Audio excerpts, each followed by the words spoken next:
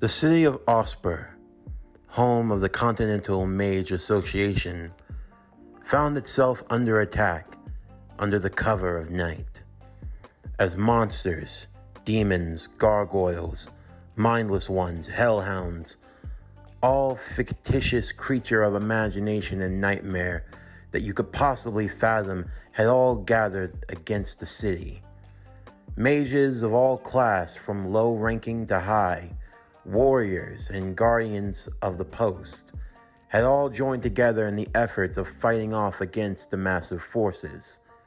Even Frieren and her associates had gotten into the fight, with all of them splitting up in different locations to help fight in the conscious efforts of holding back the great evil that was befalling the city. But that paled in comparison to what was happening just underneath, as Seer, the elf and great mage, engaged with the being known only as the Hood.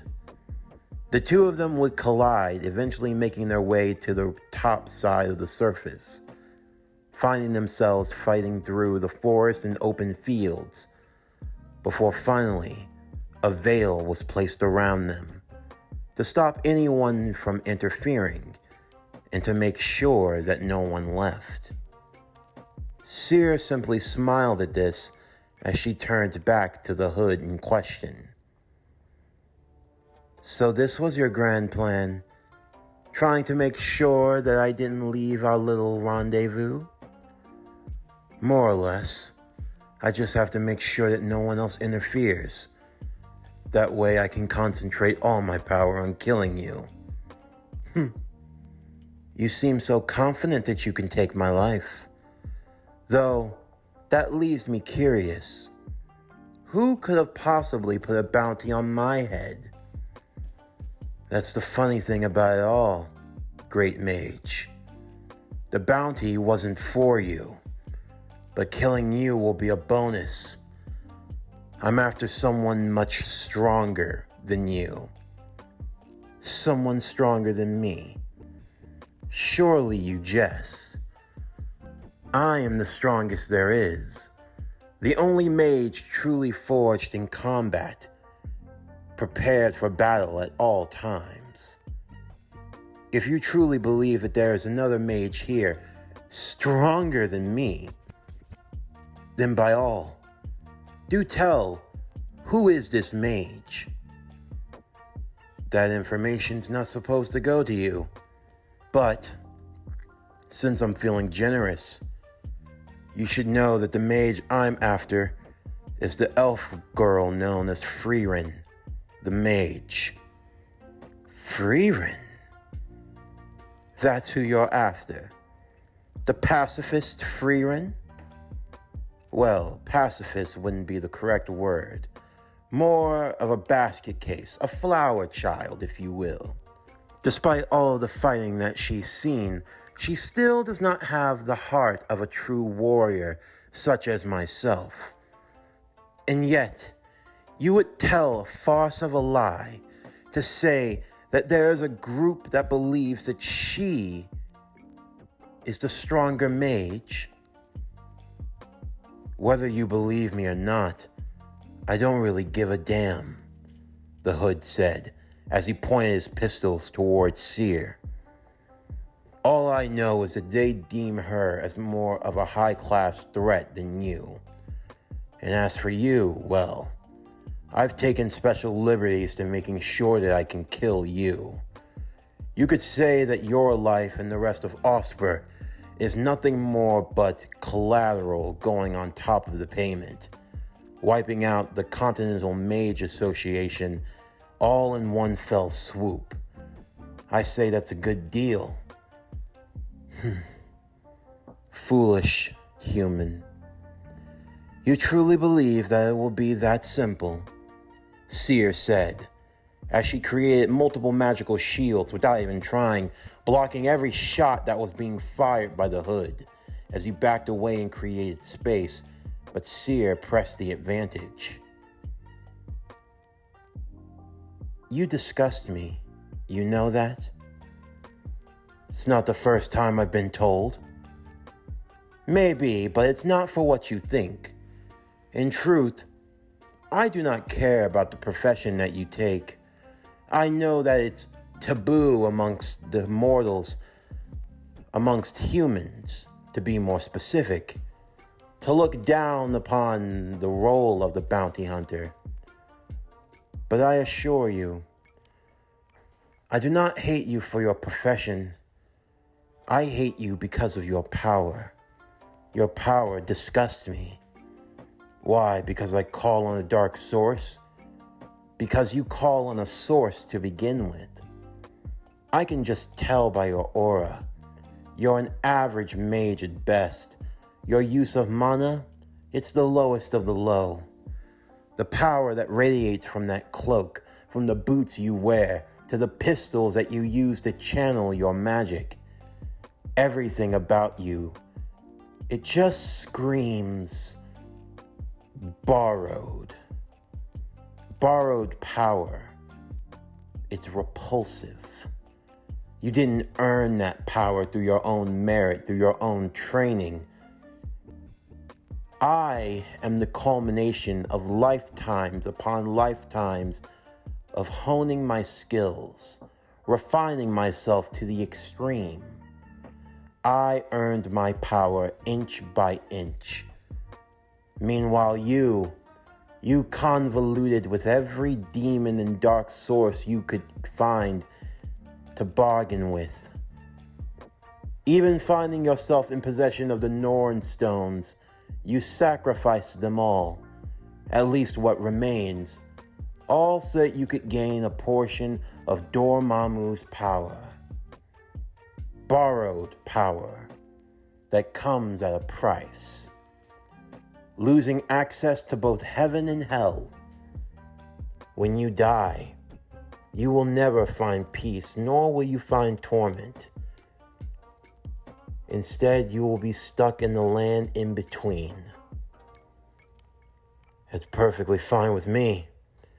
It's not like I really had any ambitions after death anyway, the Hood said, as he continued firing shots at Seer, continuing to deflect them and counter with her own magic.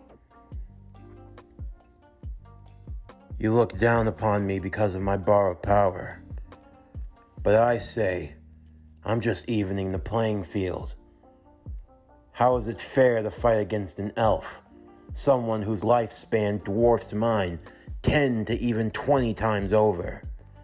The fact of the matter is, it wouldn't matter how long I had to live. I could never close the gap between you and I. On the contrary, I've met extraordinary humans in my lifetime who are more than capable of holding their own against me.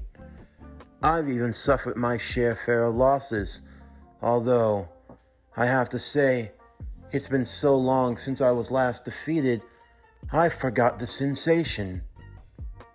Oh, don't worry about that. I'll make sure you remember it nice and well. They say that you're a living grimoire, that even after your death, your body would contain so much knowledge. I could sell that to the highest bidder. Who knows what type of power I could get in exchange. Perhaps I could even find a way of obtaining immortality. Immortality, you say? I assure you, it's nothing but a farce. If such a power even existed, I would have known about it by now. Then that shows that you don't know everything. Just like you don't know, this is going to be where you die. As they continued on in their battle, Shark and Francis were frantically fighting through the streets for their lives. Shark running through with his battle axe, cutting down every horde and monster that he came across, while Francis scoped out the rooftops, shooting his arrows and controlling them with wind magic, using the air currents to morph and to move and twist the arrows to his will, guiding them to targets that seemed too far out of reach. Fighting in a long-range capacity, he was able to help a group of soldiers dealing with some rather difficult monsters, providing an opening to strike them down. But still, it didn't help that his power was sealed away, and he could use going all out, Stark felt the same. Of all of the irresponsible things Miss Frieren had ever done, sealing away their power and then not unsealing it at a crucial time when they needed it the most. This was going to be the end of him, Stark thought. This is going to be how he dies. Dying at the whims of some damned... There was no point in complaining. All they could do was keep on in the battle for as long as they could. And thankfully they wouldn't be alone, as there were others lending a hand where they could. Fighting a horde of zombies, both Lond and Ubel would be working together. Begrudgingly, to say the least, as Lond was more than capable of holding his own, Ubel simply tagging along for the ride. "This is fun," Ubel said. "You and I working together like this, getting to know one another better. You know, this could be the start of a beautiful duck." Ubel got down immediately as Lond would cut down the zombie soldier right behind her. "If you spent half as much time focusing on your spells and concentration as you did trying to flirt with me, then perhaps you'd be a third-class mage." "Ooh, that's a stinger." "I'm so sorry. I promise I'll pay attention next time. You know, I've never been the brightest girl in the classroom. Perhaps you could be my teacher, to your left." "I already knew it was coming. You should stay focused. Otherwise, you'll just end up turning into one of the undead. And please, don't make my day by doing so. Well, maybe you should. Then I can finally kill you and shut you up." "Aw, so you do care about me." "Care? No. You're nothing but an annoyance and a waste of space. You can take your sweet words and your bloodlust somewhere else." "And yet you still put up with me. I think this is the start of a beautiful friendship, Lond. You just don't realize it yet. A friendship that'll be short-lived." In the meantime, Dakin, along with his team from the exams, were also working together. Richter making sure that his grandmother was safely stored away with the other villagers before heading out into the fight. Denkin would send out different strategies to both Lonfin and Richter as they coordinated in taking down a group of monsters. "Terrible beast indeed," Dakin would say. "But well coordinated. It seems as though someone has been planning this attack for a while. At this rate, the city of Osport is going to fall," Lonfin would say. Now, don't lose spirit. We haven't lost yet. The battle's only just beginning. Although, can't you feel it?" "I can," Richter would say. "Two incredible auras, powerful flowing manas, one of light and one of dark, fighting off towards the east. You don't think it's... I wouldn't be surprised if it's Miss Seer herself." "Even Seer, the great mage, is in combat?" Richter would say. "But who would be foolish enough to challenge her?" "Judging by the mana, someone who's incredibly warped and twisted, and someone who's willing to do whatever it takes to win. Those are the most dangerous kind of opponents." Frieren took care of the remaining monsters towards the north, giving them much needed room to breathe, as now the soldiers and other mages could focus on helping out with the other walls. Frieren was prepared to join them when she felt something. She could feel the mana of Seer. She's engaged in combat, Frieren thought. But why? Who would possibly want to challenge her? Frieren would head to the location of where Seer was, as Fern would be following not too far behind, along with Francis and Stark. "Miss Frieren, what's going on?" Fern would yell to her. "It's Seer. She's engaged in combat. Wait a second. You mean the Miss Seer? Fern would say. The Great Mage? That's exactly who I'm talking about. I don't like it. For Fern, this was a first.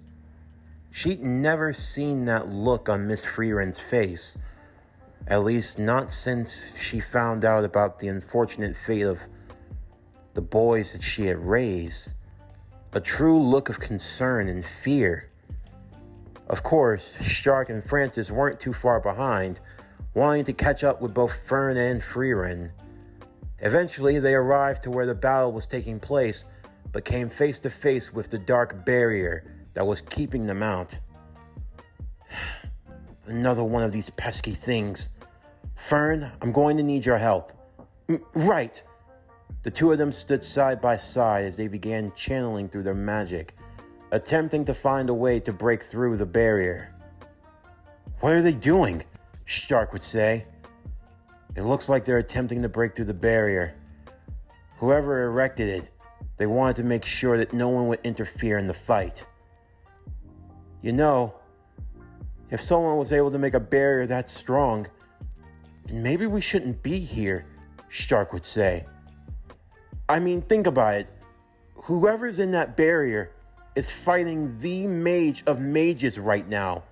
That's not something that can just be taken lightly or swept under the rug. I mean, it's not that I won't help if we can't, but don't you think we might be out of our element? Which is all the more reason why we need to get in there, Fern would say. Now be quiet, we need to concentrate. Meanwhile, inside of the barrier, the ultimate battle of magical power and prowess was on full display.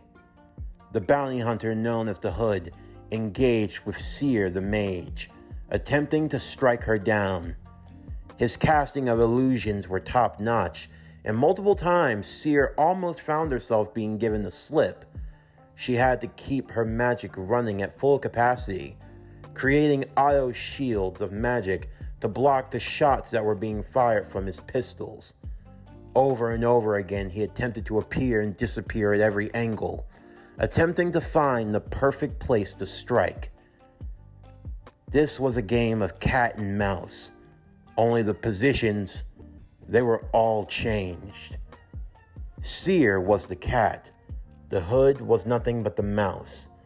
A mouse that somehow found a way to irritate the cat, but couldn't strike it down or kill it.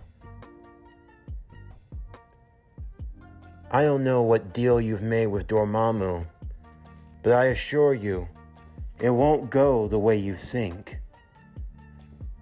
Trust me, I've made a lot of deals I don't like. So what was it? What could you have possibly have wanted so bad that you would sacrifice the great Norn stones? It's not like I could have used them at my capacity anyway. My body wouldn't have been strong enough. So you borrowed power from Dormammu. Such a shame. Maybe you could have had potential if you weren't looking for a handout all the time. You know, that attitude's going to be what gets you killed. You worry too much about where the power comes from. For me, it only matters how you use it. Scattershot! Multiple blasts would be fired all at once, shooting from every direction, but Seer managed to block them all. This is pointless. This little attack of yours, you're wasting your time. You can't possibly beat me. At this point, you might as well give up. Seer would launch a fury of attacks of her own, attempting to strike at the Hood, eventually catching him in the leg and sending him falling down a ravine. Seer would quickly descend upon him. As he raised his left hand, she would eviscerate and cut it clean off, before stabbing his right hand into the ground as she landed on top, with her staff pointed directly at his throat. You see, This is the difference between us. Your arm is the least of your worries. I'd be more concerned about your head, because it's about to be completely eviscerated from this world. You're so full of yourself. You know that? I do. And I know that none of this is real. Another shield would be created as a shot would be fired. The hood that was sitting below her would dissipate. A mere illusion. Not bad. You almost got me. Although she merely rolled her eyes. But you'll have to be a bit faster than that. If you're ever going to have a chance at killing me. But if this is the best you can do, then I'm done with this farce. Seer was preparing to allow all of her mana to be unleashed at once. It might cause a bit of an earthquake and might shake a few buildings, but she was going to break out of this barrier and then destroy the hood in one fell swoop. She logged on to his location as multiple magical circles would appear in the sky, preparing to rain down fire and brimstone. Be gone from this world. With that, the fiery display of power would descend. She wasn't sure where he was exactly, but it wouldn't matter. He wouldn't be there any longer. The barrier still remained, but that was only because she hadn't focused on breaking it yet. But for now, she had killed her enemy. Another fool. Gone and no more to be thought about in this realm. Though, she would have to admit, at least he was a little entertaining. Now, time to figure out a way to break out of this barrier. I wonder, where should I start? Perhaps the center? Or maybe I should just go to the edge.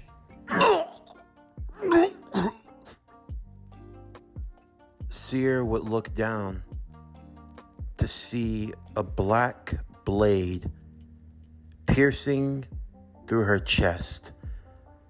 It was just barely the size of a dagger or a butcher's knife.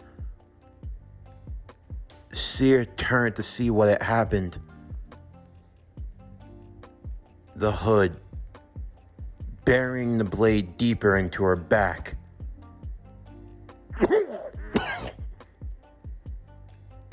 So, I take it you're proud of yourself. Oh, great mage. I know that in all of your wisdom, you've probably forgotten a few things in your old age. But you know what they say about senior citizens. This is nothing. It won't keep me. What was that? I don't think I heard you. No, you won't be getting back up from this. You want to know what this little trinket's called? The Ebony Dagger. Seer looked at him as her eyes began to bulge. No. How did you? How did I get my hands on it? Well, I originally intended on using this to kill Frieren. It was supposed to be a simple operation. But I'll have to admit, you pushed me farther than I was expecting to go.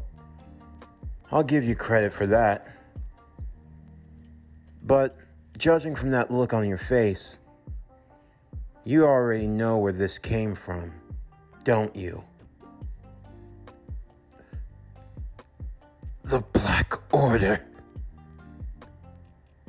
But it can't be. I killed them. Did you? Well, I'm sorry, but I believe my clients would beg to differ. Although they'll be the first to admit you did a pretty good number on them. The fact that it took them this long to finally recover their strength, well, it's only a testament to your power, great mage. There's no need to look so sad. You've had a good run. Unfortunately, you've met your end. And now that you're down, I can now set my sights on Frieren. The barrier would then break in that moment, as Frieren and Fern came flying over immediately. Frieren landed on the ground just in time to see for herself, as Seer would also collapse in a pool of her own blood. No. Lady Seer. Well. Look what the cat dragged in. Saved me the trouble of hunting you down. This works out perfectly. Frieren, the hood said, would you do me the honor of allowing me to take your life? Frieren readied herself as a look of anger was etched across her face. You're going to die. Maybe, but you're gonna die first.